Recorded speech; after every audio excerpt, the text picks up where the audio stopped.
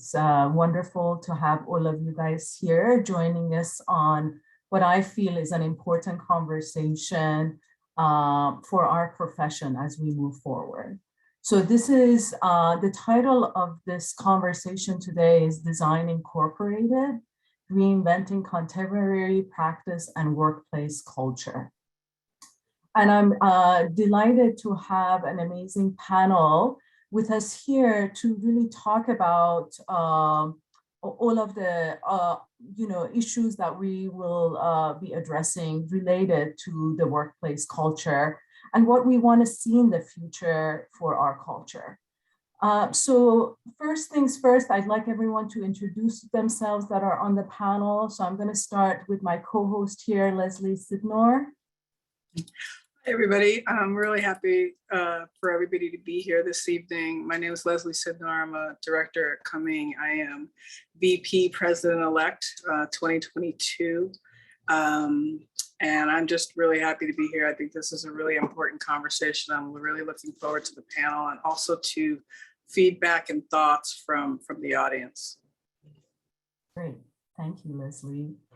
Next, my fellow board member, George Proctor, who has helped us organize this great panel.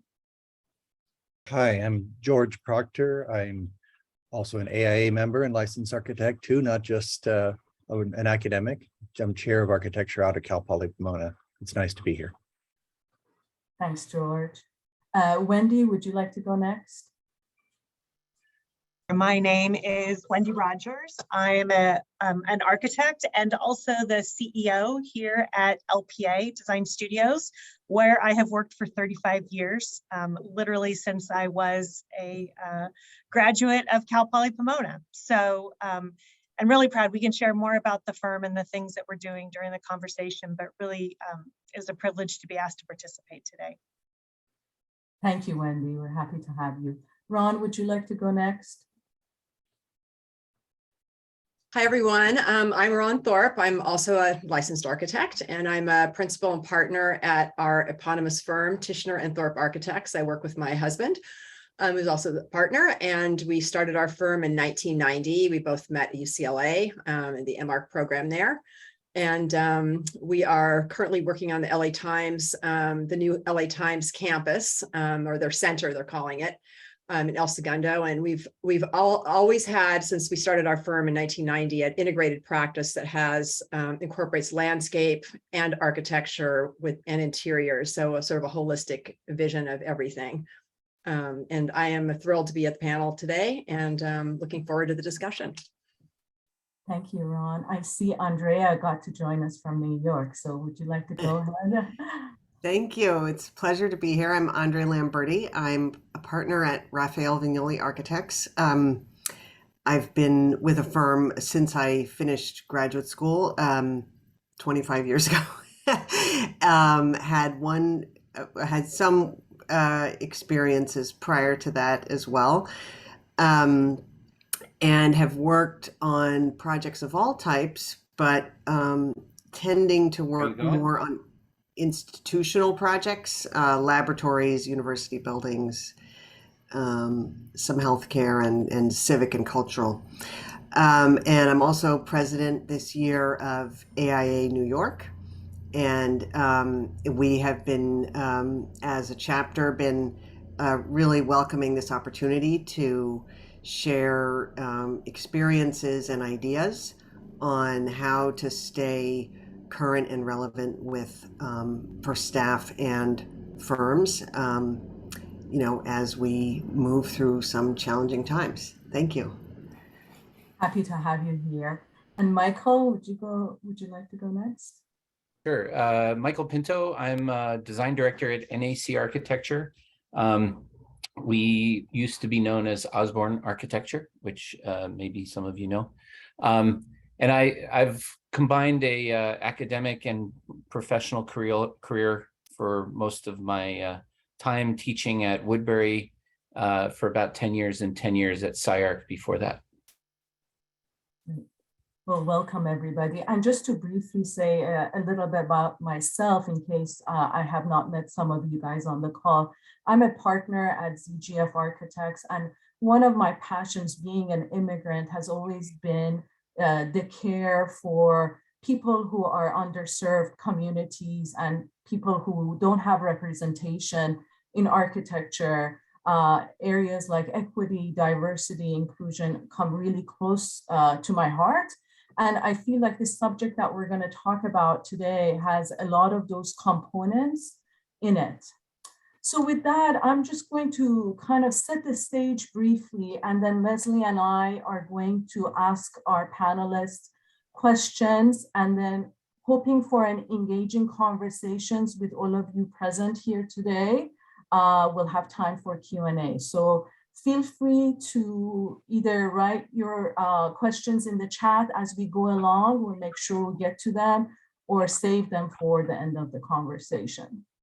So, you know, just to kind of put a big picture or a broad picture here, I know that most of you probably heard about the panel conversation that happened in SciArc recently. And I think that prompted a conversation that I don't think had ever gone away, but it shed light to our profession, and really from my perspective, the value of architecture.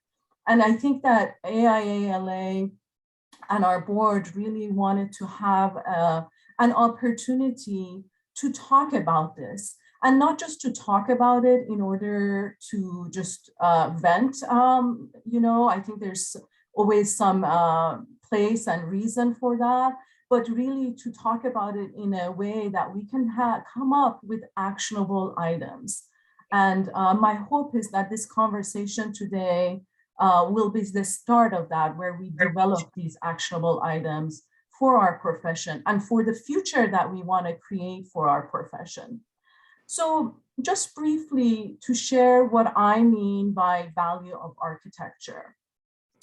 You know, we as architects do what we do day in and day out. But I sometimes wonder if the public really knows what our work entails. And I think from that perspective, also our clients, because the public in some ways is our clients. I feel like over the years, with the advent of, you know, a lot of technology taking place in our profession, you hear this comment, you just press a button and it will happen. And I think those comments like that sometimes reduce what we actually create, the spaces that we create, the experiences that we create for the built environment. And so I think value of architecture is in part that. It's in part, you know, our scope of services, which over the years have been reduced by other organizations that have come in, either between us and the clients, or you know, activity, you know, others taking over some of our scope. So I think that's another part of our value. And I think the recessions that many of us have survived over the years, you know, has caused us to continuously be asked to reduce our fees and or give our services for free. And I think that that's an area that really undermines what we do every day and what we create, and the time, effort, and energy that we put into our work. You know, another important factor is that, you know, a lot of our professionals who graduate from architectural school have options to go into architecture, or have options because of their skill set to go on to more lucrative, you know, industries. And I think as I think about our future of this profession, a profession that I love, I really want us to think about why is that the case, and what do we need to change today? What do we need to plan for in order to make architecture just as attractive?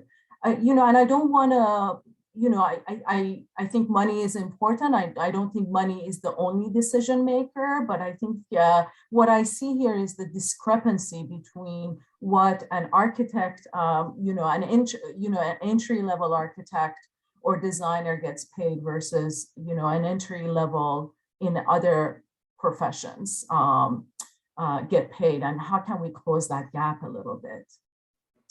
And, you know, maybe this myth that long hours and low pay is the only way to move ahead.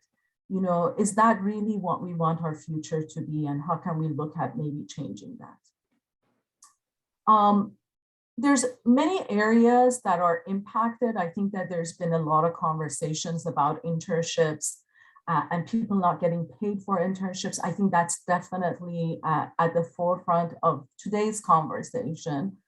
But in addition to that, there is also employees who determine if an employee is exempt or non-exempt, which basically means if they're getting paid hourly or in salary, and when does that transition actually should take place for an individual? How much experience do they need? And are they moving to the salaried position too early in the career? I think that's another conversation point.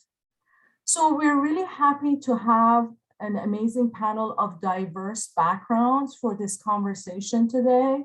And without further ado, I want to get into the Q&A portion of it. But before I do, Leslie, is there anything else that you would like to add on as we start this conversation?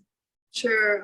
I just like everybody to know, you know, the board really, when the SciArc video came out, when the subsequent articles came out, the board had a special meeting because we were very distressed by this. We don't think that what is being said and that general culture is representative of architecture. It devalues architects and it works against ideals of equity and inclusion, because what it allows for is that people, you know, it doesn't take into account people who have crazy student loans, who don't come from, you know, a wealthy background, who kind of can afford to just work away for low wages and long hours and not develop the rest of their life. If you're working all the time, you're not really working on the rest of your life. And aren't we all taught that a good architect is well-rounded? So I'm really excited. I'm really happy that the board took this position, and I'm really happy to have these people here. As Beecher said, it's a diverse set of backgrounds. We have small firms, we have large firms, we have academia, and all people who I feel really value the things that we're talking about here. So I'm looking forward to this conversation, and I'm happy that you're all here. Great. Thank you, Leslie. So I'll kick it off with the first question. And Wendy, I'd like to ask this of you first. What personal observations do you have to share about the architecture's profession's treatment of emerging professionals? Well, I guess what I have to share really is my own perspective from here at LPA. And so honestly, it's a very positive perspective. We work very hard here. And I feel like as I share our story, you're going to hear a lot about how desperately we work to balance the business and our brand and our culture. These are really critical aspects, I think, of running a successful company. And the cultural aspect right now is so critical. And well, I mean, it always has been, but even more, really ensuring that we're doing everything we can to meet the needs of our employees across the entire experience spectrum. So we have worked very hard to develop a career path that really helps people understand as you come in from school what it means to be well-rounded, so that by the time you're into like 10 years of your career and you're licensed, that you can feel confident with the path that you're choosing in this profession. So it's a pretty complex answer in a lot of ways, but other ways really easy. There's so much opportunity right now. We have an entire generation of architects that are retiring, which is very much my experience right now and what I'm dealing with at LPA as a CEO in this position. And so as an emerging professional, there should be nothing but the opportunity of the bright future that's in front of you to be able to have agency in your career and take on opportunities and lean into what those are, and to be able to contribute to great design, but also be able to be well compensated and be able to, as a result of working hard, be able to have a great life that comes from working for a great business and doing something that you love. So anyway, that's a first take at how I would respond to that answer. Ron, would you like to add your perspective? Sure. Well, I think I completely agree with what Wendy said in terms of how their firm practices. I mean, when we started out, I have, my husband and I we have our own horror stories of working for some, big names and the unpaid internships and toxic environments and all that kind of stuff. And, everyone does this. It's just been like as old as the profession almost, that's what happens. So but we, on the other side of that, we both have worked for very interesting and high profile firms that did not do that were civilized and humane and treated their employees with respect, and they had reasonable hours. There's always going to be a charrette. There's always going to be something that you have to work over hours, but the principals were there with their sleeves rolled up and all quite civilized. And I think having had some of those experiences, and ironically for me, one of them was with, the brutalist team of Peter and Alison Smithson in London. And, these brutalists were having tea in the garden every afternoon, like completely civilized working hours. There was nothing. And I was an unpaid intern, but I didn't mind. I got some grant money to do it. And so there's that experience was about teaching. And I think this is the thing we're talking about emerging professionals and interns, is that the idea of the intern was, for them to learn, and they were being given something by the professionals for whom they were working. So I think, anyway, all I can say is that, if you practice what you preach, and I think modeling good behavior is the best way to see it, perpetrated. So when we started our firm in 1990, we basically had a set of rules. And back in that time, no one paid interns. And there were also not very many women in the field at that point in time. I'm sure some of you can speak to that too. But, we just said, we're never doing this. We're never doing this to anyone. We're having 9 to 6 office hours. We break for lunch. We actually used to do staff lunches once a month before COVID for a long time when we moved up to our building. So I think setting things up so that emerging professionals can experience things the way they should be and love what they do. And maybe we don't make the most money of all the professions, but you're getting something else back. So anyway, I think, just sharing, our own experiences, but I also think that the way the profession treats emerging professionals has to be examined. I mean, we're in a bit of a bubble, as I kind of just described. I mean, we go by the book with the law. We don't pay, we're non-exempt unless you're licensed for architects. And we pay overtime. Sometimes it's double time, depending. We try to avoid that. We talk to people if there's too much of it and say, listen, you scale it back. And I think it's paid off. I think this is the thing, is that if you invest, it comes back. So, one of our staff, I was having a conversation about this, and she's an emerging professional. And I said, what can you tell me? And she said, it's all about perceived value. And I thought that was a really, really good way to put it, because she said, it's just not about the money, it's about what other things you're getting back from the profession. So anyway.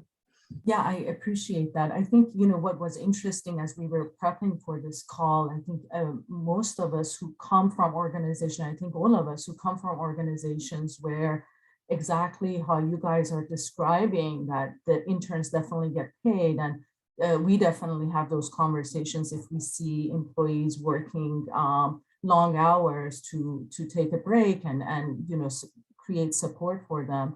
But clearly, from the conversations we've heard and other people's experiences, that's not the case everywhere. And I think we all found it as a surprise, like, how can in 2022 what we in the 1990s were experiencing continue to be happening? And I guess that's part of my, reason to wanting to have this conversation. What do we have to do in order to have a more balanced experience for our emerging professionals? And Andre, would you like to share any thoughts about that?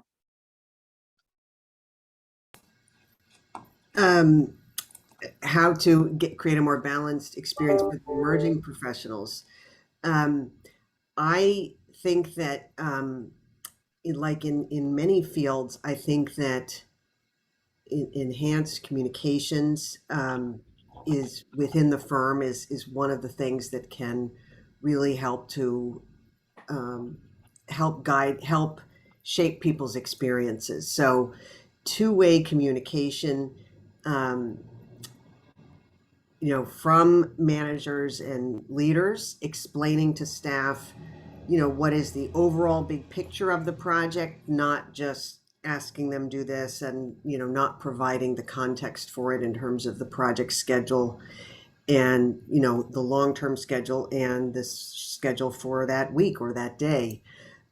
Giving people context will help them feel that they have independence and control over their own activities. In helping them to know where they can go when they have questions, whether it's within the firm or guiding them on research outside of the firm or working with the consultants. These are all things that will help people to gain knowledge that they need to do their work and support the project work. I think when there are, just feeding off of what Ron was saying, acknowledging that there are deadlines, there will be some overtime at some point. That acknowledgement and honesty can come as part of the interview process, so that people know that that occasionally is going to happen, perhaps. And then when it does take place, acknowledging it with thanks or with time off or with simple appreciation and encouragement, regardless of the outcome, whether it was for a project deadline or a design competition or something. So those are some of the ideas, I think, that we try to really support, and also encouraging staff to let us know what their schedule needs are. So they let us know a week ahead, or 3 weeks ahead, my mom is going to be in town, or I need to take a day off for a medical appointment. So just open communication, I think, really helps a lot. That makes a lot of sense. I know on my projects, when I was running as a project manager, I would even put the dates. Team members would be taking exams in order to make sure that they have enough time for their examination. Michael, to round off this question, any other thoughts from you? Well, I'll just maybe throw out that, like, on this subject, I've come a long way. I think, like, I graduated, and I think, like many of us, there's an adrenaline to what we did in school. Like we liked the studio environment, the camaraderie. And I think, there's a sense that when we get into the profession, like, how do you recreate that? And the thing that I think has been fascinating to me, and, I wrote this article on Archinect, which was called Design Incorporated. And the thing that made me want to title it that was that along my career, many people have confronted this myth, like the romance of the studio environment. And, there have been people in HR or other kind of interests within our firm that have kind of brought a different perspective and have been able to kind of bring a balance to this perspective. And I think it's still, to what Mitra, you were talking about in your office, like, there's still the charrettes, there's still the deadlines, there's still the energy that is inevitable when a team works together. But we don't need to be staying up all night and pushing people to a point that just is not sustainable. And I think, sustainability is maybe where it lands in that, I think any of us, if we want to be successful, we have to have something that's sustainable. We're not going to be able to do something that we can't do and repeat and kind of continue refining. So I just throw out that I think this idea of getting the outside perspective on this, like confronting our either wonderful or horrible memories of school, and and turning it into something that works and is sustainable in a professional environment. Well said. Thank you, Michael. Leslie? I find this is a great segue into what I wanted to talk about. Mitra and I were talking about kind of as Michael was talking about, the carryover from studio to the profession of kind of working and working. It's never right. So you keep working all-nighters until it's right, which is what we did in school. And I was reminded of a project where I literally had a breakdown first year. I was like, I'm done. I can't do this. I'm out. And I had already practiced. So this was me going back to school. I took out of I think it was a 6-week studio. I think I took like 3 weeks off, and everybody's begging me to come back. I came back. I cranked out that project in 2.5 weeks. And I actually think it's one of the best projects I ever did in school. I did not do all-nighters to accomplish that. It was that I had a specific set of time and had to make decisions. And I made those decisions there.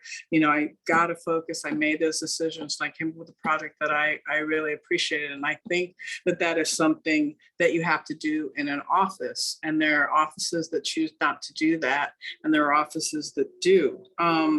Given that, I wonder how we as a profession, as the AIA, as people in practice, how we can partner with academia to overcome the kind of the corrosive nature of studio. I mean, some people do thrive on that, but there are people for whom that is very difficult, where you all remember being sick all the time in school because you were working all the time, or you weren't getting to sleep. I know several people who had like car accidents during grad school from doing all-nighters and then having to drive and go home. So I'm wondering if there's a way, and I'd love for maybe to start George and Wendy to kind of speak to what we as a profession can do to kind of partner to peel back from this idea of hero worship, the way that we're taught in school, and all-nighters as well.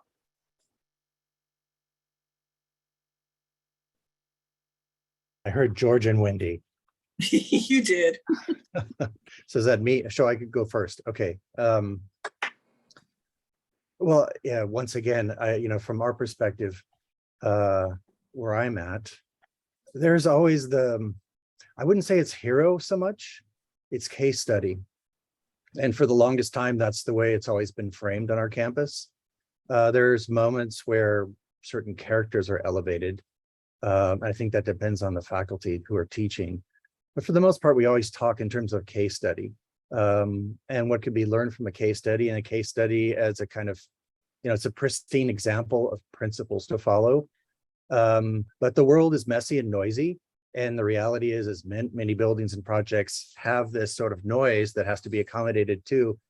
And often that's where all of our labor is. That's where our labor is in practice, accommodating all the resolution of all the fine-grained things.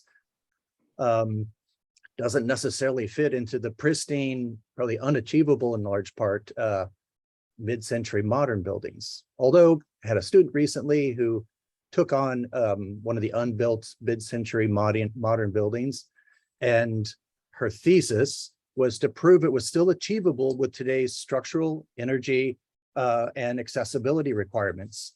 And she also put it on topography where it was originally, not represented, and sort of proved it. So this is also a person that showed up at grad school with already a body of experience and knowledge. So there's a precise objective and a set of parameters around it, and she stayed within those lanes. And while it wasn't a design that was uniquely her own, the outcome was very usable. It's very usable. It serves a broader audience than just the kind of personalized edifice that I think that's where the problem is. The personalized edifice that's encouraged way too often. And maybe we need a little bit more Beaux-Arts and maybe a little bit less Bauhaus. I don't know. That's what I've been saying more lately. That maybe people need to not the hero part, but the kind of case study or example, something that's been proven, and learn from that, and learn where there is a place for improvement. When you look at a lot of other disciplines, or you look at the more academic description of what creativity is, it's incremental improvements over something else that came before. It's acknowledged by the profession or experts in that discipline. And you're always standing on the shoulders of someone who came before, and that someone in this case is the discipline as a whole, not any one individual. And I think that's the perspective we come from where I'm teaching. I could say a lot more about, I think, what we need to do to get better, but I think you're also asking Wendy to say something here too. So I'll shut up for now. I just feel like I'm really very poorly positioned in some respects to answer this question because I don't remember having an all-nighter in college. And my instructors would tease me about it because I'd always have a work plan and figure out how I was going to manage my time to get there. So it was kind of a running joke with all of them. But in this position, and I'm really going to pick up on, I think what you were just, I think you hit a really great point, George, which is our industry is collaborative. What I didn't mention is that LPA is an integrated design firm, meaning we are architects, interior designers, landscape architects, all of the engineering disciplines, right? We are one firm, one jersey when we work on a project. And so we really have to understand how we partner with our team, what our workflow is, our decision process. You can't have an architect with an ego and a cape in this firm because when they change their mind and go back to do something, you impact this huge team that are your partners. So there has to be this notion of truly authoring a design solution together at the table where you don't know where the best, idea is going to come from. It's going to come from any one of those partners. And this is the industry today. I only see it becoming more collaborative and us becoming more reliant on each other to fight the biggest things that we have going on in this industry, climate change. It's not going to be one person solving these things. It's going to be a collaborative team knowing when they need to step back sometimes and let another discipline step forward. And so I think first and foremost for us to be able to just share that story, if that's really a concern with academia, I think they know that. I just think we need to share more of those success stories because that's the real world experience. That's what we're seeing here. And you have to play your part as a part of the team to be the great problem solvers that we are as a collaborative group. I see Michael nodding his head. I can turn that nod into something vocal. I loved everything Wendy just said, and George too, for that matter. But the problems that we're facing are so complex, so huge. Homelessness, climate change, water scarcity, I think maybe going back to this kind of hero worship kind of mentality. We have a hero worship culture. We look for people to put on a pedestal often. And I think, whether that's the schools, whether that's the media, whether that's the profession itself, I think we are looking for people to follow. One of the things I think we can do is try to think about how do we honor the complexity of what we have to deal with in finding ways to talk about the work that we're all doing, the work that is going on in Los Angeles. I go to the AIA Awards and I see projects that are, that go through this process of putting together a brief on the project and explain the complexity. And there's some amazing projects that get featured that don't get seen in other places, but those projects are a case study into how we can talk about, both conceptual, the technological, intellectual merits of our work in ways that I think get beyond the hero worship. So maybe to what George is saying, a case study culture. How do we build that? Mm-hmm. I also wonder in school if there's a way to teach, and I know like Cal Poly, And full disclosure, I work for George. I teach at Cal Poly. Cal Poly is Cal Poly is unique in that, in the way that they teach. I feel architecture as a whole entity, including, I mean, I teach project management. Like, who got to learn project management as an undergrad? You know, you learn that kind of on the job. There's another class that's great on like the business principles, which is something we'll talk about later. But I'm wondering, speaking to what Wendy was talking about, there's a whole collaboration that happens. Like all of these projects that we love, all the projects that, you know, we study as case studies were not designed by one person. And the problems that we face, as everybody's talked about, cannot be solved by one person. The I alone can solve it is not true. And perhaps school, you know, school and profession can kind of partner up more, and maybe school is a little bit, there are opportunities for collaboration that don't exist in a lot of programs. George, what do you think? Yeah, so I could say a couple of things about that. We do have at the upper division topic studios. Our program is, the first 3 years are core and the last 2 years are explore. That's the way I describe it. And upper division topic studios are oftentimes supported by or engaged with professional offices. Wendy's office, for example, has supported a studio in the past. There was also cross-disciplinary with landscape architecture, and the staff there, a variety of expertise, engage the students at various stages of their project. So that's a model that can be followed.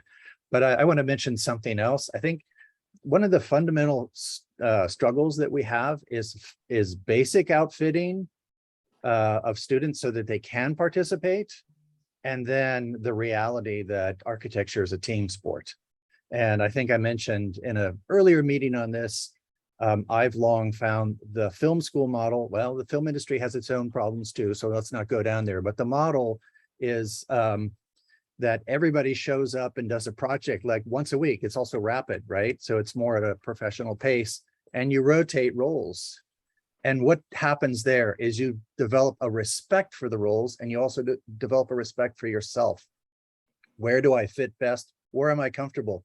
I might show up saying, yeah, I want to be the director. And after a couple of rotations, I say, no, I love being behind the camera. And I feel like I can really contribute there. And I respect the other positions. I think that that's where academic environment could stand to do its greatest change and renovation.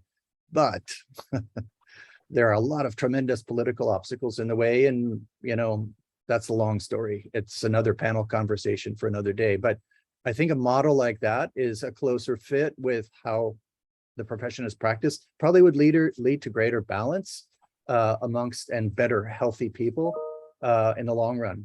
So Actually, if I could share that, maybe thinking, I know, George, we've talked about this before, but we just completed last week. We've been doing it for the last 6 months. The first time we've done an integrated design residency. So we had 20 young employees, you know, in the first 5 years out of school apply. And we divided them into 2 teams and gave them a design problem. And it was all about design empathy. They had to be a different discipline for that project. And they rotated those seats so that they had the opportunity to, you know, I was a civil engineer on this project. So these were the things that I was worried about instead of being the landscape architect or whatnot. And we got the results back from the team as they both presented their ideas. And it was an astounding success, because truly it is when you've walked in someone else's shoes in that regard, really understanding what those other disciplines have to go through, I think is going to make them all more sensitive and thoughtful people as we go, you know, as they enter into their next project. So we're looking forward to do it again. I have to say, I think I got that idea from hearing you talk about the film industry. So thank you. thank you. Mitra? Great. This has been really great to hear everyone. Well, I mean, we've heard some great conversations so far, but I'd like to open it to the specifics. You know, what best practices for healthier work environments would you recommend? And I think, you know, maybe we think about this more broader, not just our experiences from the places we come where there's a lot of care for that human and humanity for people, but more broader of the profession itself. What are some specific practices that we need to incorporate in order to create that healthy environment where there aren't all these all-nighters? I mean, Wendy, that's amazing that you had that management skill so early to be able to do it. I think you're probably only a handful of people who had that at that young age. So kudos to you. But Ron, would you like to start us off with maybe some of your thoughts about that? Sure. I mean, I can, talk about a little bit about how we work too, which I think, we try, like I say, we try to practice what we preach, except I was about to say my partner and I are probably the worst offenders of the all-nighters, not the all-nighters, the late nights and the weekends. But, I think some of this boils down to setting boundaries. I think setting boundaries and establishing limits. And I think if people understand that in a collaborative environment, first of all, everyone's got to contribute. The burden shouldn't be just on any one person to produce good design. But I think it also starts with office policies and I think, it would be nice if there was some sort of, certain banks have bankers hours. Architects don't have architects hours are 24/7 basically. And I think a lot of this comes from, in my, our experience, a lot of this comes from competitions, I think, and firms who are doing competitions and they can't afford to pay all the people that they need to bring in to get, to nail their competition entry. So they're just mustering all the resources they have with, crazy hours and little or no pay to try to get a commission. And then of course the reply is going to be, well, we don't have the resources to pay for that until we get the commission, and nobody's really paying us anything to do the competition. So I think that mentality has perpetrated an office culture, which has then been taken advantage of by just firms who are, they get you in and you think, oh, I'm working for this great firm and they can have this, that, and that's like, forget about any office, anything, because you can't do any of those outings because you're working all weekend. So I think that it starts with boundaries. So our office hours are 9 to 6, and there are people who work late and we work often after that, but people are coming, at 6:05, I get a Slack saying we're closing down. There's so-and-so, a couple people are still here, but for the most part, it's pretty regular. And I think they understand they have to take their lunch breaks. We also provide perks for them. We always have fresh fruit. We have snacks. We have out, because we do landscape design, we've basically tried to embody what we design. So we have our own offices that are our design, and there are roof decks, and people can go outside and be in the landscape. And because we have a landscape design team, people are exposed to that. So I think part of the healthy practice is a whole practice. It's experiencing all parts of the practice, the interiors piece of it, the landscape piece of it, and the design piece of it. And I think the other bit of it with COVID going on right now, and I think the Zoom culture is here to stay, and I think the hybrid offices are here to stay. But I think, there's the physical health, physical environment, and physical health, and the emotional health of the staff. And I think having some sense of community, having regular meetings where people can see each other, even if it's on a Zoom. We did something our office manager came up with during the really bad parts of COVID, and every Friday we had Zoom hall, she called it. And sometimes we had no topic. Sometimes we had a topic. Sometimes we sent cocktails to people's houses and they were delivered at, 10 minutes before the Zoom hall. But there was something of, keeping the community of the collegial atmosphere it's not a studio atmosphere, but it's a way to keep the office kind of feeling the community. And I think that's important to keep the culture healthy. So, and natural light, I think that's another big thing, is natural light in an office if you can possibly do it. So. I guess I appreciate that. I think it's all of the things that we experience and we create for our clients, that why wouldn't we want to have some of those for ourselves? I think, boundary is a really great topic here. And I want to put that together with what Andre said earlier, which was communication and the two-way communication. And I think one of the things that sometimes is a struggle, especially for some of the people that are newer to the profession, is how do they feel that they matter, like their voice matters, that how are they heard, you know, if they have issues or if they have personal health issues, if they have issues with the time that they're spending on a project or in an office, where do they get their voice in order to be able to communicate it? Part of it, I think, is for the leadership of any organization to create that inclusive environment that allows for that conversation to take place. But I think if all of us recall some of the environments we've been in or have heard about, there is a lot of danger. There's a lot of risk, especially for somebody new to the profession to speak up. So Andre, I'd love to hear a little bit from you on how you think, what would be some solutions to that? Well, I think that one thing we've done in our practice is when we're conducting the annual reviews, the staff are asked for feedback and comments.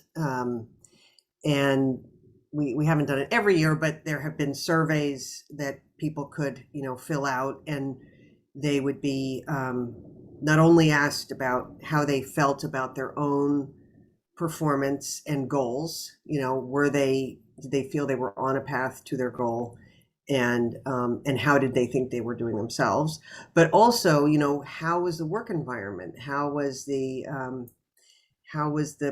scheduling, how was the AV, or the temperature in the room, and so you got to, and then meeting with everyone in a 4 to 6 week period or 2 week period, you got a good picture of how the environment, both the professional and the physical, might be helping them or hindering them, and you could easily go after low-hanging fruit, and you could then sit back and think about how to address tougher problems.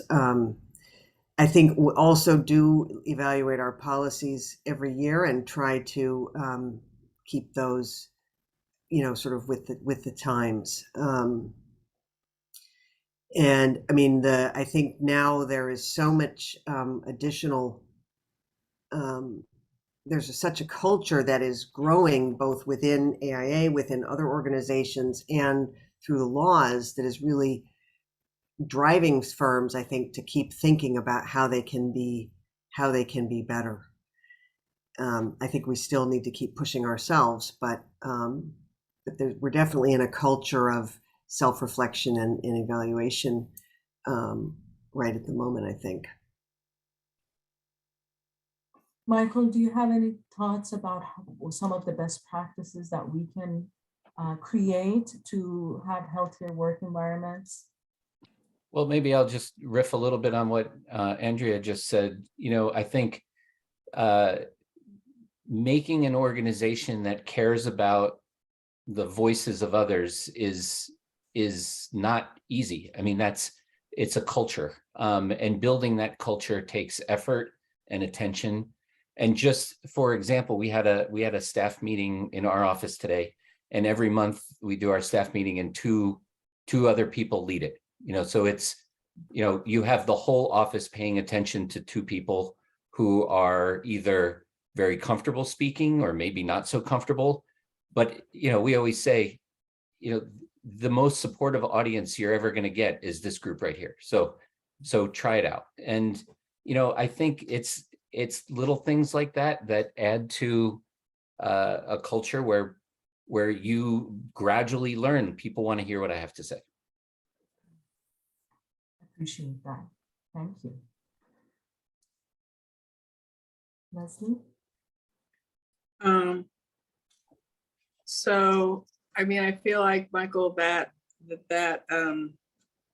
sets up the staff meeting. It sets up a very kind of equitable scenario for an office. Everybody, is on an, at that moment when you are presenting, it sets up, everybody is on an equal playing field. I assume it's like everybody from people who just started to, all the way up to senior management, so that, the youngest person in the firm, the least experienced person in the firm, has some agency at that point. So I'm focused on the word equitable, and I'm wondering if you could think, can you think of more equitable pathways into the profession? I mean, it's interesting because I think in schools like Woodbury, like Cal Poly Pomona, I have students at Cal Poly who, were full-time employees somewhere, not necessarily an architecture firm, but full-time employees who then, work 40 hours a week and then were also full-time students. And not everybody has the luxury of being a full-time student and not worrying about paying the rent, buying the exorbitant supplies that we all paid for in school. What do you think about more equitable pathways into the profession? Well, I think it is always a challenge and something we're thinking about. The big thing, at least in the things that I'm reading, is the biggest challenge is exposing people to the profession and making it visible. Our profession is invisible to 99% of the population. It's understood that 1% of the population might ever work with an architect, and that might even be high. So we're doing sessions in schools. We're doing we're participating in the NOMA summer camp this summer. So how do we connect with students to expose at an earlier age? Because it's not getting there. We've sponsored a scholarship for an organization that teaches continuation high school students. So I think we have to be intentional about finding ways to connect to audiences that aren't like right outside our own front door. Like how do we work to get connected beyond the people we see every day? I see Wendy nodding. No, I absolutely am. I think you're right, Michael. It's commitment to making a difference. It's about what we're doing in the pipeline in elementary through high schools to bring awareness to students. We also support for the second year now, an interdisciplinary diversity scholarship. So we're taking 5 students through 5 years of school. It feels really small in comparison to the need that's out there, though. And I think honestly, we realize that we have to look at alternative paths. I mean, in this kind of labor market and with the decisions that people have, and you mentioned in the beginning, Leslie, and there are many other industries that value the design thinking that we learn in school. And so we have to be able to remain relevant to be able to get those graduates. But how can we be thinking differently about students who may be in community college that aren't being accepted into a 4-year program? Can we do some sort of specialized pathway within our firms that can be like the old apprenticeships in some way? Or how do we get our universities to broaden and make the architecture and design programs larger so that more students have the opportunity to be in such an enriched program? I think this is where the work needs to be done. Leslie, may I? Yeah, of course.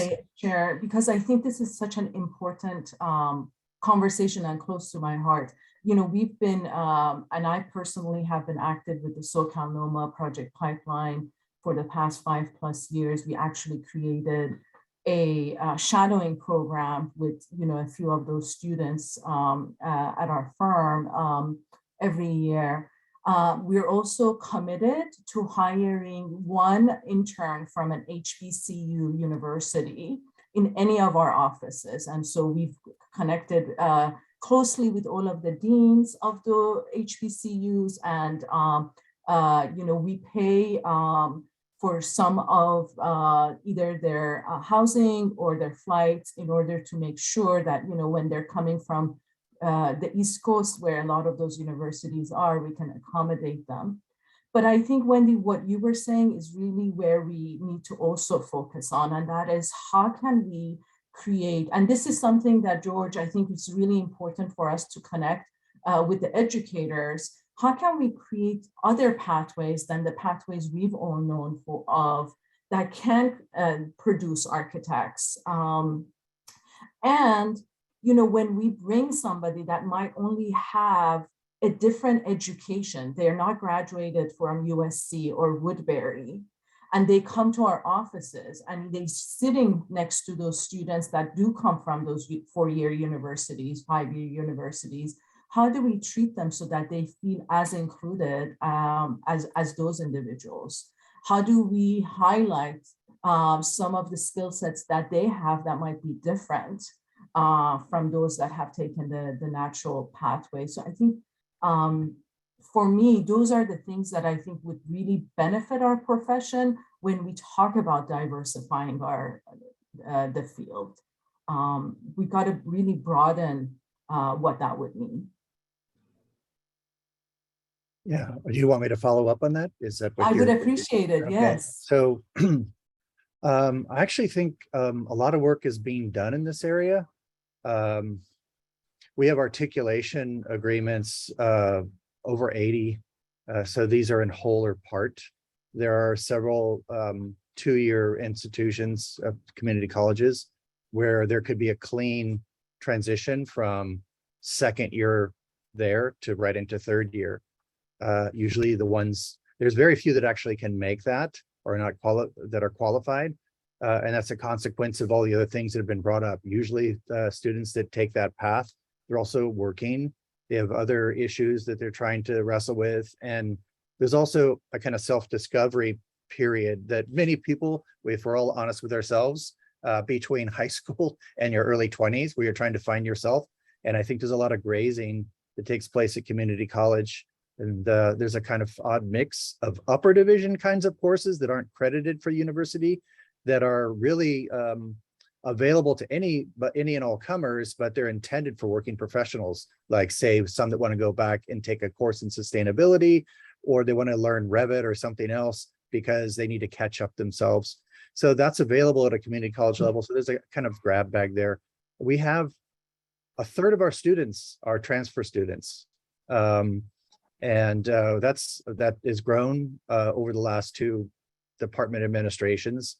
This is an effort on our part, and we have strong ties with many of the community colleges. I think the right plan, if I'm honest, it's the plan I took and I encouraged my son to follow, is the 2-3, well, he might not do the 3 part, a 2-3 and spend your money on a fancy finishing school. And then you end up with little to no debt when you're done. And I even suggest this to our students. There's no shame, especially when you look at the 2-year institutions having a tight correlation with us. And I think SLO is similar, and their general intention is to be able to take transfer students into third year, it's my understanding. But it's harder to do because of the issues that the community college is sort of addressing. So there is effort being made. Just to back up to something Wendy was talking about a little bit too, other disciplines, hate to be shaming here, will actually take somebody on this path and then pay their tuition to finish the second stage. So a 2-year degree person will show up, they're a great operator, team player, and then they say, we'll pay to finish off your degree. And then that usually can allow that person to leverage a better position, and then they get paid to finish off a master's degree and so forth. I know lots of examples of this. We don't do it. That's a real commitment. That shows that you're making an investment in your people, and they will stay. They'll stay there for 39 years or whatever it is, 29 years. But at any rate, That's great to hear. I had not heard of that, but I really like that as an idea that we can, put out there for everyone to Can participate. I ask? Yeah, can I had no idea that the community college had so many roots into architecture programs. I like to ask the questions kind of off what we had discussed before, but my brain is churning here. What is for your firms? What is kind of the business case for seeking this diversity? Because I think that is also part of the problem of diversifying the profession. Places like ZGF, I feel like while they're not as unicorn as they used to be, I still think that that's not as common. LPA as well, NAC goes without saying. I still think like the efforts that you make, I mean, ZGF gives scholarships and figures out housing for people. Like, what do you, as from a business perspective, what do you get out of that? I think we get different perspectives in our design, design work. We get integration of ideas that we wouldn't otherwise have, and I think as a firm, along with my partners, I think we feel a responsibility to the profession. I think having had the white male for so long be the biggest demographic in our profession isn't something that we want to carry forward. And so it's mentoring, is being good stewards and being supportive. I'll tell you guys a story. AIA LA hosts an Encompass conference. And 3 years ago, I was on a panel. And after the panel, a gentleman came up to me. I was introduced to him, and he's like, my daughter just graduated high school and she's really interested in architecture. Is there any way that she can do an internship before she goes to college? So we made that happen that year for her. Again, 3 years ago, as a high school intern, she came and she got to meet and do what she could. She's come back every year since. She now goes to Howard University. And to me personally, I have taken an interest in this individual's career growth. Now, if they come back to ZGF after they graduate, wonderful. But if they don't, I still take pride in having her have had a well-rounded experience during her summers. So I think in the end, Leslie, I think for me, it's like the personal passion we all have to create this environment and hear each other out. Thank you. Actually, shall we proceed to the next question? Yeah, there's such great conversation to take place. And I definitely want to get to the audience's Q&A. So please, all of you guys, keep those in mind. But one of the things that really, for me, is important is the value of architecture, and how we can reestablish that so that we can afford to operate and sustain a healthy, prosperous professional practice. I think that really trickles down to so many other things that take place in our profession. I'm not sure, I can call a name, but I'd like to see who'd like to start this conversation. I'll say something short. Sure. Several of you have mentioned how we've let things go. And this really started way back when things became professionalized, right? Where you start to see the disaggregation of what it took to make environments and the master builder sort of narrative. But we've also allowed things more recently to be people to come and stick a flag in us and steal away things. Like, why is there the D school at Stanford? Why does MIT and USC have similar programs? Design thinking has great value, And by letting that run away to business schools, we've let some of our territory slip away because we're all, without thinking about it, living in a kind of myopic description of what we are. And I think this goes back to maybe the film school model, that there's lots of possibilities. And you know that in your own firms, especially firms that do multiple kinds of projects, everything from graphics to building, large structures, that there's space for just about everybody. It takes a bright person to really get through architecture school, somebody who's hardworking to start with. That means that they have potential. So, there's got to be a home for them somewhere. And in the meantime, a lot of those great potentials are being scooped away. And a similar argument could be made for all the effort that goes into people more recently developing coding or scripting potentials. It's far more valuable in another industry. And once somebody knows how to write a variety of C languages, it sort of begs the question why they would stay.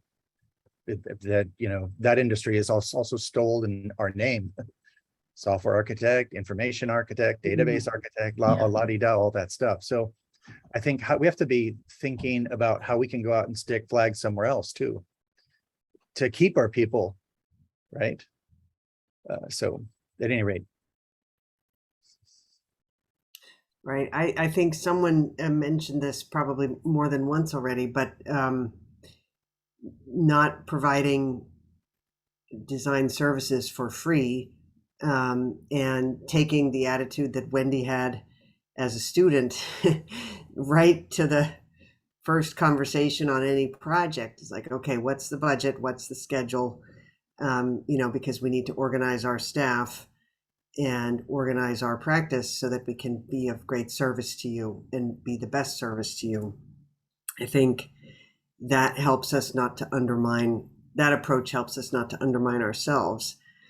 But additionally, we have a kind of proactive obligation to continue to educate the greater public about the value of architectural services and design. And I think especially now where there's greater value placed by society and by ourselves on sustainable and environmentally responsible projects, and on also achieving just and welcoming and fair projects and processes. And so how can we, through, let's say, post-occupancy surveys, measure or quantify the performance of a project? So not just, does it hold up over time? Is it durable? Does it look good? But, does it welcome the community? Does it reach people that it didn't reach before? Is it resilient against climate change? Is it has it been designed sustainably? And architects can stay at the forefront of that and, reinforce their value as someone who can synthesize those requirements and goals. So Beautifully said. Beautifully said. I said in the beginning, good design is good business. And I think because we are design thinkers, our value is in that first phase. So why on earth we would want to give that away for free in design competitions or bring a couple of your ideas? I really don't understand. We are in an interesting time where you may have very specific boutique projects where they're asking for a level of performance with huge budgets. We don't know anything about those projects. We're dealing with the other firms that are really commoditizing what we do and willing to give it away for almost nothing. And I think that that's something that we have to really make a stand, that they're getting tremendous value out of the collaborative teams that we have and how we can really come together to solve these big problems. But we have to believe in our own value, as well as we're talking with clients. And candidly, that means walking away from some projects at times, if that's what's necessary. I think also turnover is a word that comes to mind with both staff and with clients. And I think, nurturing, not all firms can do this. We're a small firm, but I think we have 2 new clients in, I don't know how many years. Everyone else has been repeat. So that's something which actually has turned out to be very good business, because there's a startup cost every time you have a new client, and you've got to get to know that new client. The contract has to be negotiated. And it's pretty interesting just seeing what's happened. Well, every client we've ever had has come back to do something COVID because no one can go anywhere. So they're all back, but it's been an interesting journey to see how that works, because there are a number of clients who are serial builders. We all know them, they're out there. But I think the other thing is, by investing in staff and taking care of the staff and making the staff feel part of the firm, the staff turnover is very, if you keep the staff turnover low and the firm becomes a very solid, it's a very solid firm for many years, you also end up keeping the client base, because a lot of the clients come, they know that they're going to get that same project manager that's worked on their other projects. So I think there's a lot to be said for, not trying to cut corners, at the beginning. I think that the value of the design, speaking to that aspect, front loading the contract with the intellectual property, the big intellectual property at the front end, makes a big difference with the contract negotiations. People ask questions, say, well, that's the most important thing that you're getting, that the concept, the big design, through whatever it is, DD, that you front load that. And we've been able to do it. I mean, if you people understand what it is, then they'll agree to it. But anyway, it's I think those things do feed on each other, the staff turnover and the client. I mean, in a way, it's nurturing both the staff and the client Exactly. relationships over time. Mhm. I think one thing that's really something that hopefully we can talk further about is this idea of how we value monetarily our work. And, if can architects come together to an agreement that there is minimums that we have to all agree to, that we would not go beyond that. And I think that our clients are constantly asking for reduced fees, again, because we're not educating them. They don't really understand why does it take that long, or why does it, why is it that cost, and then we continue to do these competitions for design build, which Wendy was saying, we're giving away all these ideas. We're working ourselves, everybody in our office, all this overtime, and we have so much to lose, and potentially gain a project, but I think we have to reevaluate all of that as an industry. Leslie, you want to take it on? You're on mute though. Thank you. So we've established all of these challenges, and I'm wondering, what does anybody have any specific examples of an action that we can take as a profession to, or a deliverable to prioritize the outcomes that we're looking for here? Could there be ethical competition guidelines, for example, that the AIA sets out and says, we will not, we will, as kind of like the political, the contribution, whatever things that the politicians sign on to, saying we're not taking, we're doing a campaign contribution limitations or whatever. There must be some way we could do something, at least as a start, something that essentially says, we're not going to, a more codified version of, we're not going to engage in abusive practices to produce the work for this competition. But I think that would be a place to start. Or actually, and in general, actually. Well, in general, yes. But I'm saying, I think that what, people, to get the ideas for free, people, they host a competition. Right.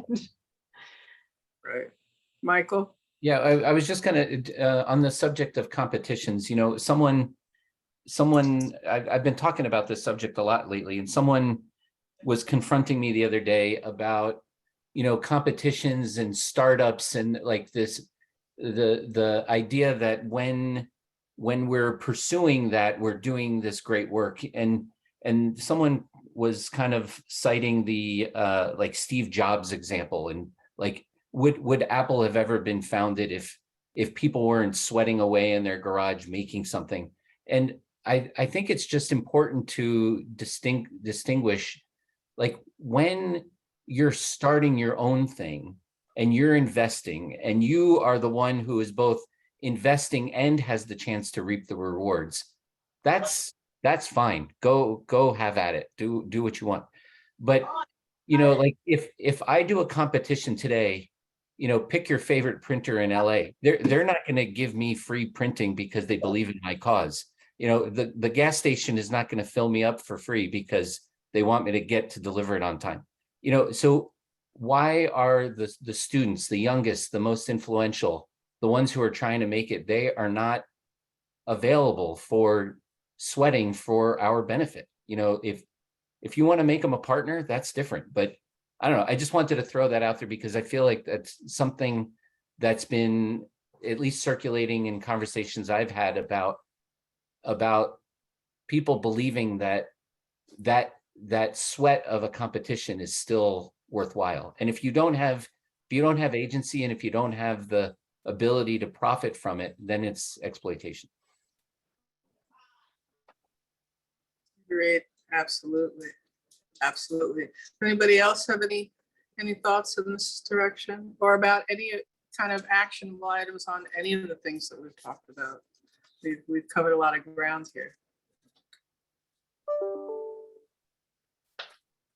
Well, can I throw out one more thing then? Yeah, absolutely. You know, I've been involved with the AIA LA in their political action committee and the advocacy that they put together. And you know, it's a pretty remarkable process to get a group of people together to decide, you know, what are the 4 or 5 issues that we in Los Angeles are going to push for. I could imagine like this conversation right now could set 4 or 5 things we want to do. And, you know, one thing that came up in our conversations before was, you know, there seems to be no universal understanding of what exempt versus non-exempt means. You know, we talked about there's rules in California, maybe not in Vermont, maybe not in New York, maybe the IRS has different rules, but it seems like the AIA could have some guidelines about what these things mean to architects and perhaps seek clarification from, I don't know, whatever agency you want to pick of the ones I just ran down. Yeah, I think that makes a lot of sense. And, you know, state by state, but there have to be some guidelines to follow with, even if the state like California has, you know, specific guide, you know, everybody does, but, you know, they have guidelines as to who can call themselves an architect or use the word architectural architect in your job title, you know, or in your firm name. You can't say architect if the person's not licensed.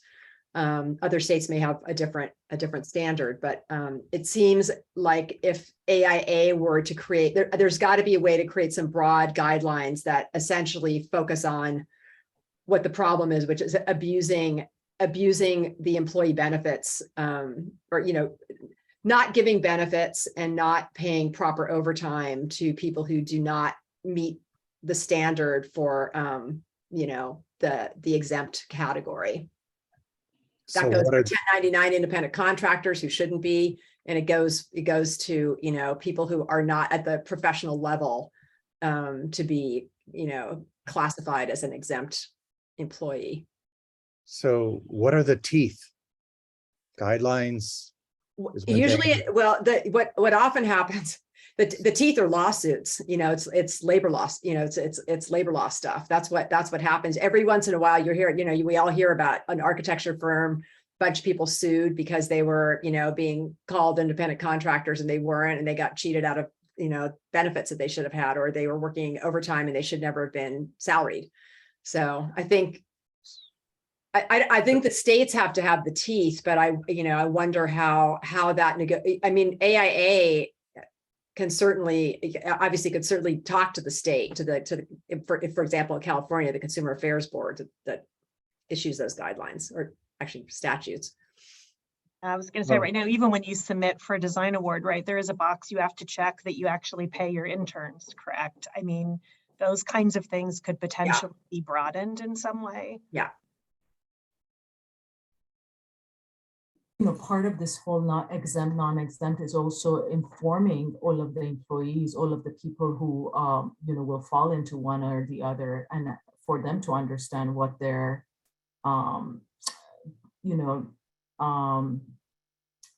what they can or can't do, how they can support themselves. And I think AIA can actually really do that well.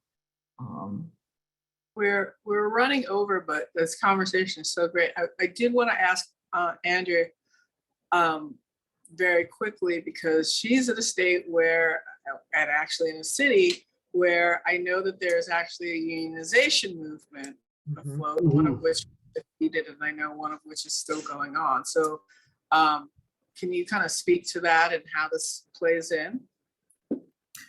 Well, there's a couple of things going on.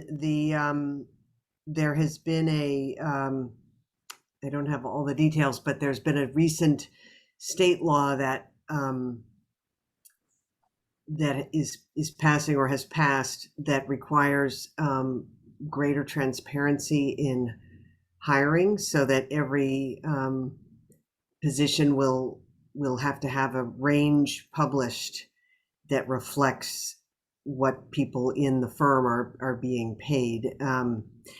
And so that will, we're actually having a session later this month to help firms prepare, to help staff and firms to prepare for what that could mean for the hiring process. As far as the unionization, I mean, we have certainly been reading about that and seen, the discussions that are popping up here and there. And it seems, it's happening in a lot of fields, and people are, and there's just seems to be a general interest in, what are all the different ways that people can find their voice, everything that we've been talking about on this call, find their voice, achieve equity, get better working conditions, that is certainly one of the ways that people could explore should they choose to. And, but we, because structurally unions are very different from AIA, so we we can help everyone gain understanding, but AIA will, as an organization, is different. It offers something different to companies and to employees than a union would. Sure, of course. But yeah, in general, we haven't, we don't know of the unions. I don't know of unions that have actually formed as of yet, but they may be forming within firms here. Sure, thank you. Sure. So I'd love to go to Q&A. I've seen some conversations in the chat. So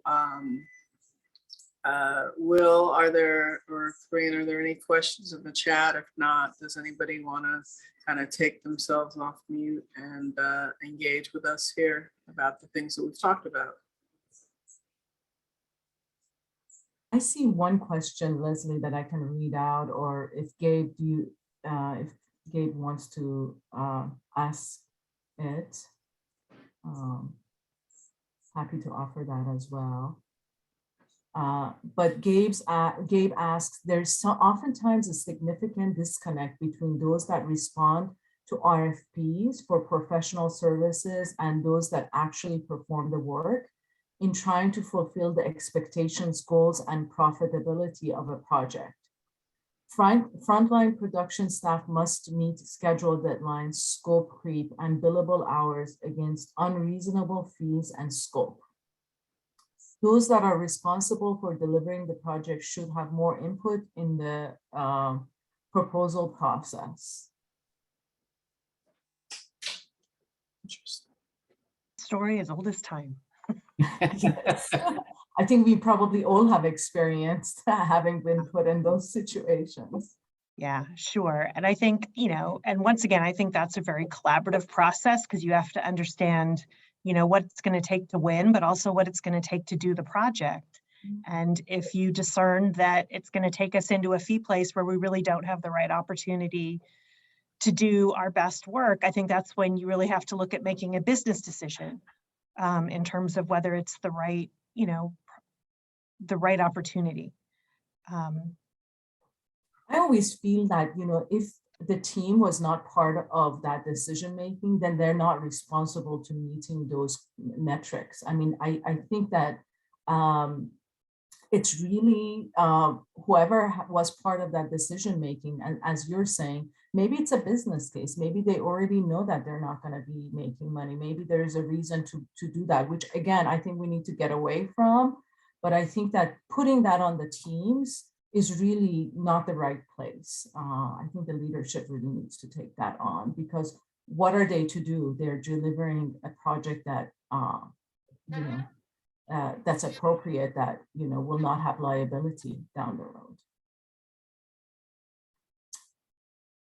Another point that Noel Toro made that I think is great regarding Wendy not doing all-nighters, that should be the standard.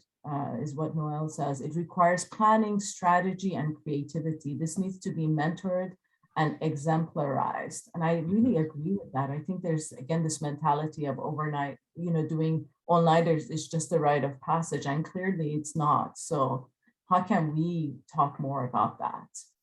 And Mitra, can I just, a little story. In my undergrad, I pulled a lot of all-nighters. And when I came out to Los Angeles, I was at SCIARC, but I was, my wife and I had one car, and I had to drop her off in the morning and I had to pick her up at night. So I would show up at studio at like 7:30 in the morning. And man, you get so much done, like when you actually start. And then, I'd have to leave. And so I'd be racing to get stuff done. And I'd bring home things, reading, but I had to leave in the studio. And, I remember, being a freshman at Penn State where I did undergrad, and, doing all-nighters, and my mom calling and saying, "Why aren't you planning ahead?" I was like, "No, you can't. It's not possible. You don't understand."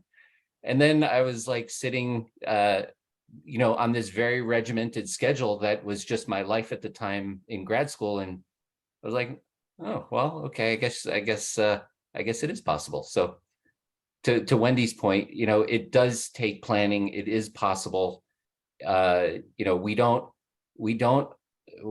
know if we're trained to think that way, like that's not, we're trained to be reactive, like how many times when we were in school, at 5:30, did the studio professor come to your desk and like tell you were completely wrong direction and your pinup is the next morning, so yeah, I think we can change.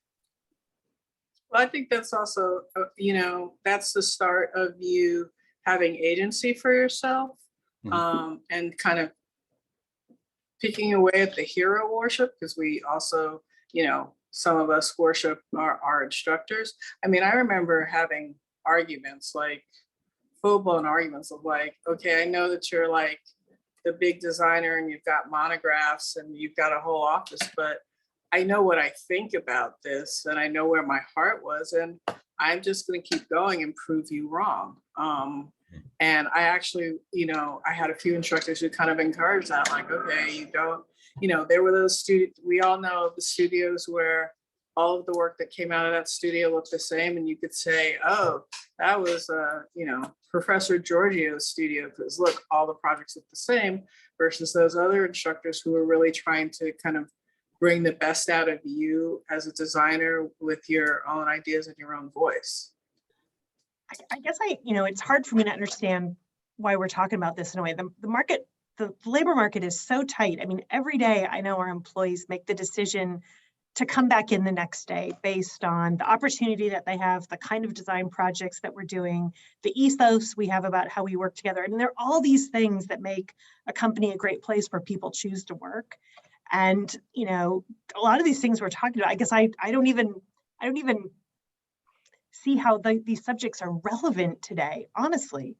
You know, you got to be investing in our employees and educating them and helping them discern where they can have a real opportunity and pathway, like I said, to confront these big problems that we're facing and that we need to be tackling collaboratively as an industry.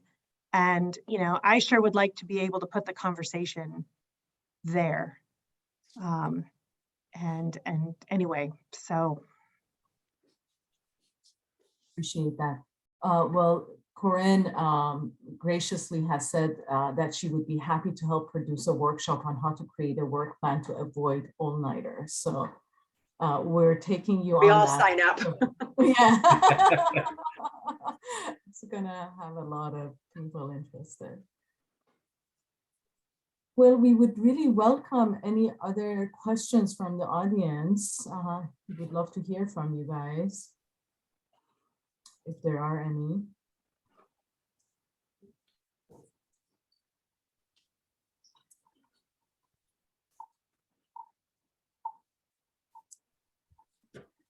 You know, maybe just one, Wendy, you just said, you know, like, why are we still talking about this? And I think in that SCI-Arc panel, there was the mention of, you know, on the one hand, you have the boutique design firms, and on the other hand, you have corporate firms, and you students need to make a choice. And I think all of us would say that we're doing both. You know, corporate being responsible, being incorporating the respect for your staff, respect for work-life balance, but also, I mean, I know the work you guys are all doing. It's phenomenal, and it's complex, and it's big. And I think, you know, maybe what I'm throwing out, Mitra, is like, maybe people here could give us some insight into how that balance, how you see that balance, because I think we're all fighting for that. We're all fighting to be doing both of these things, being the strong design firm solving big problems, but being responsible and trying to do it all. So I don't know, I'm curious if anyone had stories to add to our collection. Guess we're not having dinner.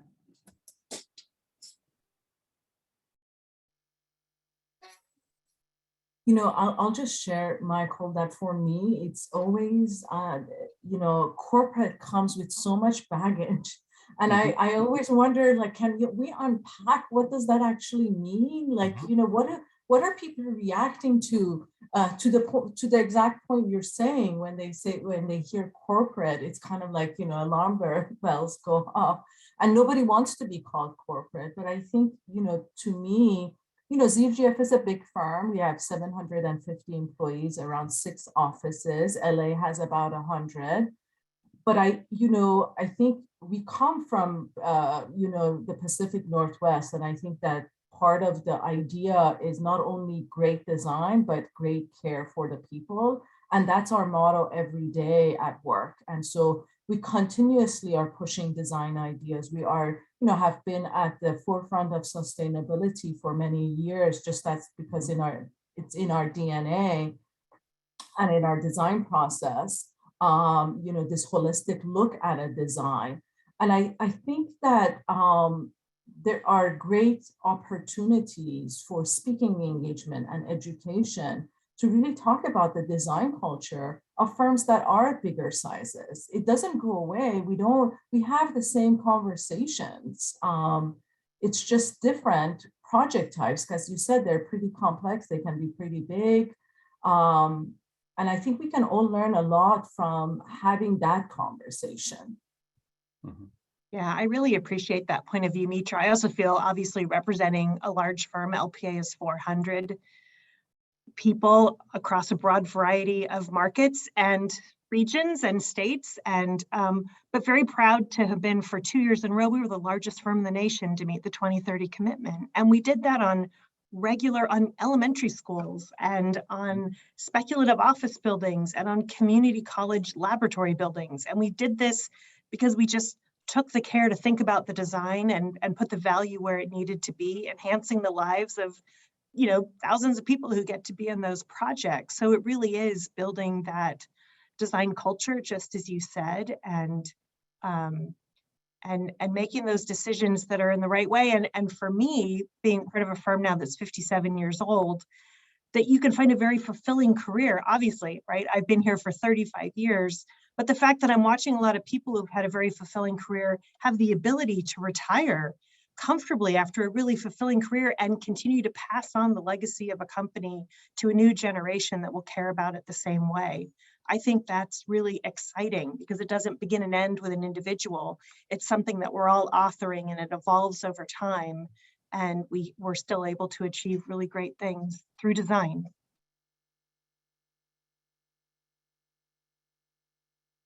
Wendy, I wonder what, some have said that, it's hard for a firm to pay interns, when you're doing work you believe in. So the thing they sacrifice is paying people. I'm curious, maybe you or anybody, what have you sacrificed? Like, what is the thing that's not getting the resources, that's not getting done? Like, because I feel like we all make choices, so choosing to invest in staff, choosing to invest in the 2030 commitment, that's there's something that, we all have the same economics, basically, so something like we're prioritizing something over another. I don't know if it's helpful to hear from people, like, what do we what's the thing in the back of the closet that's not getting done? I think some of this I'm going to go back to turnover. I think when you don't invest, turnover is really expensive. And I think when people do we all know that expression, churn and burn, right? For some larger firms that pull people in, the project's over, they let them all go. That is really expensive to we've monetized this a few times. And I think no one should have to hire an unpaid intern, and there's no excuse for it. I mean, we are a firm of 16 people. Not all of those people, a sizable group is not architects in our firm. We have 55 active projects that we are billing. We do not have people pulling all-nighters. We do not have unpaid interns. It can be done.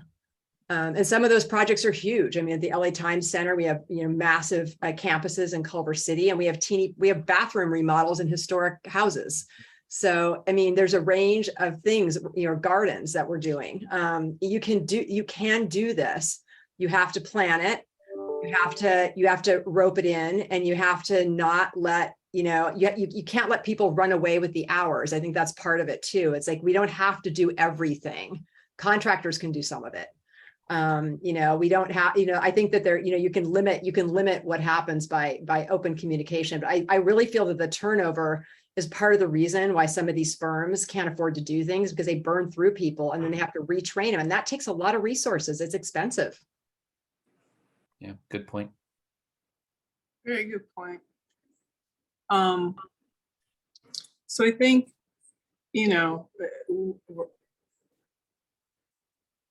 I'm sorry, there was a question that just came up. Yeah, I will read it out. Yes. The panel talked about using the community college system as a way to get people into the profession, but doesn't the understanding start earlier? At ACE Mentors, we are trying to make architecture as well as construction and engineering possibilities for students that may not have otherwise thought about being in our industry. Other than volunteering for organizations like ACE, how do we show students at a younger age that architecture is an option for them? I will briefly say something that I know. I mean, we talked about the SoCal NOMA project pipeline, and for anyone who doesn't know that is bringing junior high and high school students together for 4 Saturdays in July every year, where they learn about architecture, from planning to drawing plans and elevations and building a model and presenting that. I also want to share with you guys that AIA Los Angeles developed a nonprofit arm a couple of years ago called Architects for Communities Los Angeles. And one of the committees that it has is concentrating exactly on that, on reaching underserved communities to help young students in junior high and high school learn about architecture.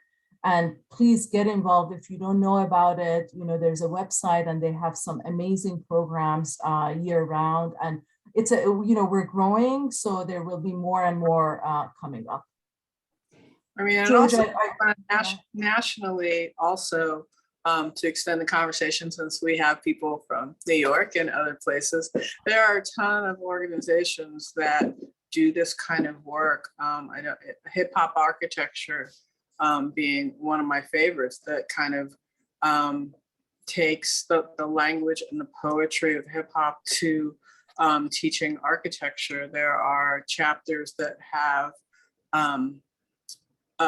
programs that you can do at home with younger kids. I was approached by a woman who's like, yeah, my daughter's too young for Project Pipeline. So, you know, what is there for her? There was a block, I would call it a block party at LA Trade Tech a couple of months ago that was open to, you know, K-12, because, you know, you can hook kids much younger. When I was a student at UCLA, we had a class teaching architecture to fourth graders. So there are a lot of programs out there to hook kids, and I believe that they're growing as we speak. Yeah, we actually, and Suzanne just mentioned a lot of the K-12 pathways. I mean, they're really robust. They don't necessarily have the same kind of shop format as they are today, but they really are aligning people with careers, and they need people like ourselves to be in there and volunteering and showing what's possible. We're doing, we just started doing a high school internship for 10 students. And, you know, it's interesting because they're all interested in mechanical engineering, but it was more about, you know, NASA, and, you know, there's a lot of interest in all of these kinds of things. And, you know, so it's trying to help them understand how they can be innovative and change our industry as well, by just engaging, finding out about all these different programs in our local communities. Yes, bring back shop class. That's been one of the most destructive things that ever happened, is to get rid. It's the whole series. It's not just one, like this metal shop, wood shop. There was drafting lab. I don't know. There's other ones. I had all those. They'd all disappeared. It's a shame. They're not all gone. A lot of them exist as slightly different, but they have had a comeback for sure. Yeah. I remember I had to build a window and it had to fit within like the box that they had, you know, and that was very memorable. I held on to that window for a long time. We do have one other question, and I think maybe we wrap it up because I think we're coming close to time. But Suzanne asks, what management techniques have you built over the course of your career that you think would have benefited from learning earlier?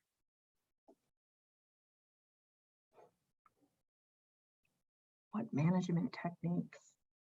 Well, you know, I think someone said it earlier. It's about communicating. How much time do I have to do this, and what has to get done, and then manage to that time. It's really understanding what needs to be completed, and it's honestly that simple.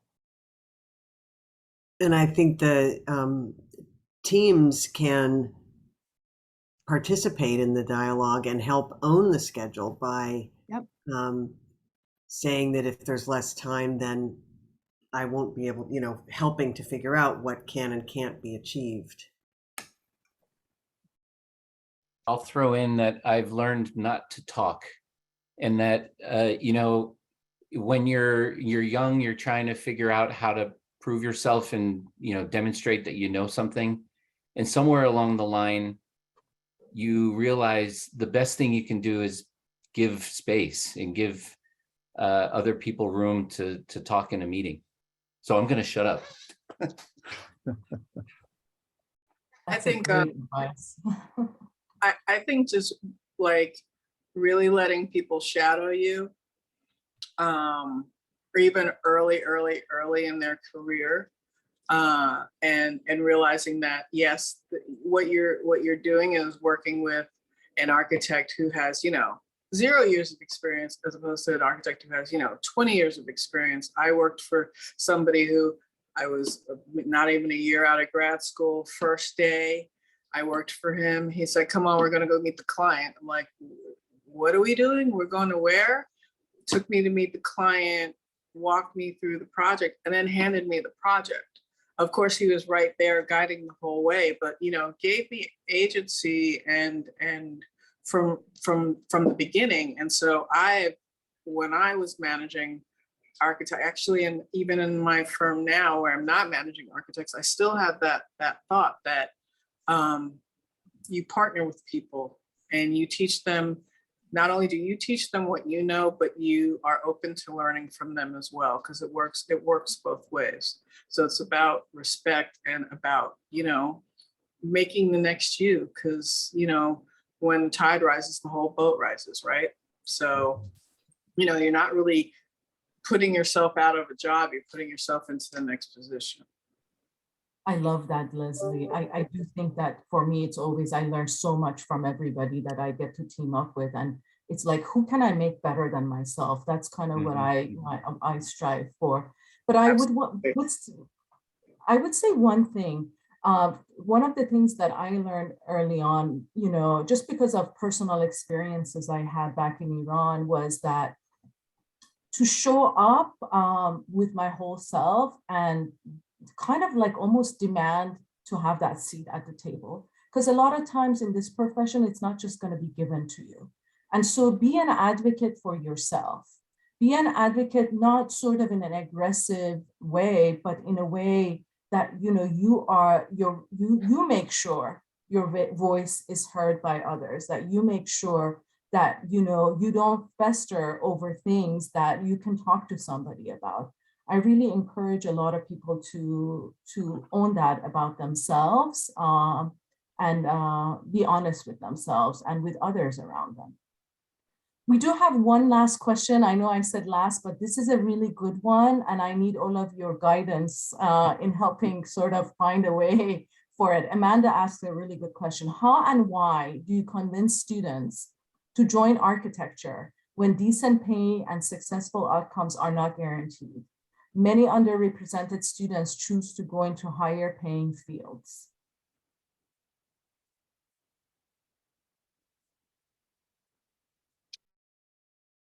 Well, we encourage them in a variety of ways and reward them. And one of the toughest term in our program is the culmination of core, and it's a housing project.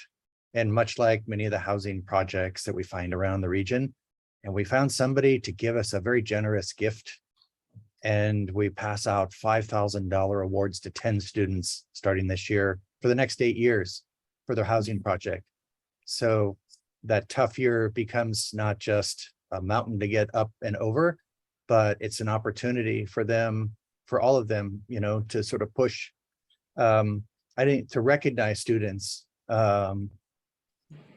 for their endeavors in architecture. I think encourages them, to consider it more seriously. I think this dilemma about them, the ones that are gifted and talented and are quick and manage their time well, we got a wrestling match to maintain that relationship. And I think that's not just the schools. I think it's the profession as a whole. And I think it's a longer conversation how to satisfy this. So, this is a dilemma. This is the sort of dilemma that I think is on the table from my perspective. From an academic setting, it's important to see students flourish and go out into the world and make something great for themselves. And from an academic institution's perspective, wherever that is, whatever is meaningful to them is, and that makes them happy and successful, that's what matters. And that's a little bit at odds with how do we keep people, right? So how do we keep people is how to find the gap between what it is that happens right now and what is causing them to leave. That data set is really what's precious.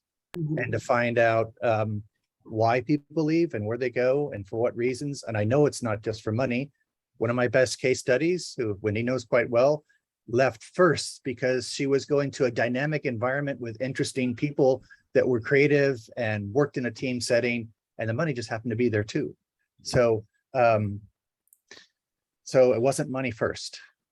And I think the other thing on an academic side that would be helpful is to nudge closer to models that are more representative of how we actually work professionally, and not, outfit everybody with a cap, a beret, and a cape when they walk through the door, and insist that it's a solo effort for 5 years. And this is not just simply doing occasional group projects. It's far more extensive than that. And I'm well aware of it. So it's a big challenge on our side. That's the big hill to climb on our side. But at any rate, we don't have all the answers. That's why we're having a conversation. Absolutely. But we know that's the problem to be solved. So we all have to tackle what it is we're going to do, what it is we're going to change, so that we can retain the talent in our industry, in this profession. Because if we don't change something, we're at peril, I think. That's a great segue to giving it back to Leslie to sort of help us gather the thoughts for next steps and measurable outcomes. Yes, and I'm going to do this quickly because I'm trying to be respectful of everybody's time. So, I mean, there's a lot of great food for thought here.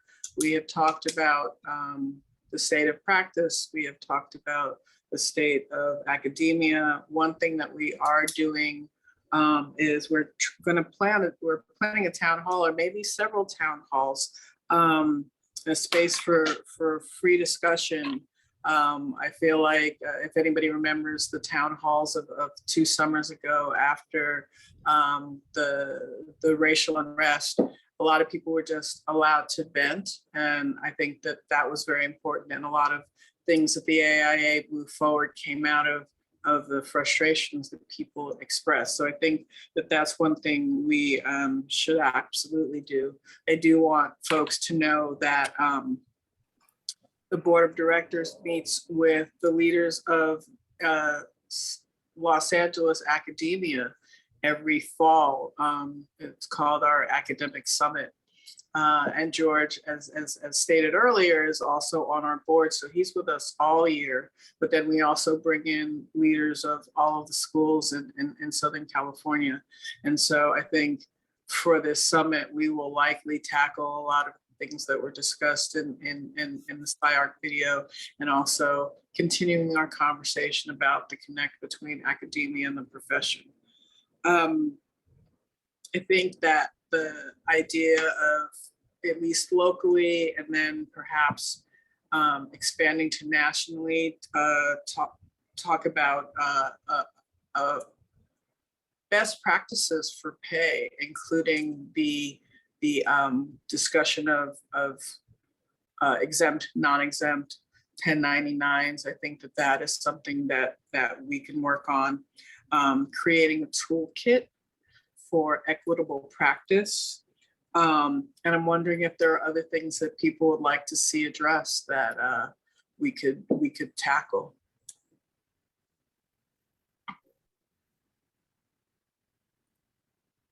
Well, I'm going to say this. You can email us. We are always listening as a board. We're absolutely listening. I know that there is a lot of things that said in the last 2 hours, and probably things that'll come to you the minute we end this call. So please feel free to reach out and email us, and we will absolutely be broadcasting next steps and further opportunities in this conversation. Mitra? Yeah, thank you so much, Leslie. And one thing to share with you guys, this is just the beginning of this conversation for AIA LA. We plan to have a town hall where we really want to hear from everyone about their experiences, their thoughts about what we can do as an organization, but how can we look at the future of our profession and collectively come together to make it better. I think I want to thank all of the panelists today, Ron, Michael, Wendy, George, Andre. I think it was wonderful to have your perspective today. I appreciate your time. And I also want to have a shout out for our amazing AIA LA staff, Corinne, Will, Carlo, Jessica. I see Steve here as well. They work behind the scenes to make all of this happen and make it successful. And as Leslie said, for everyone, please reach out to us as you think about ideas. I think there's still a lot more conversation to have around this subject, but I appreciate everyone's time and attention to this.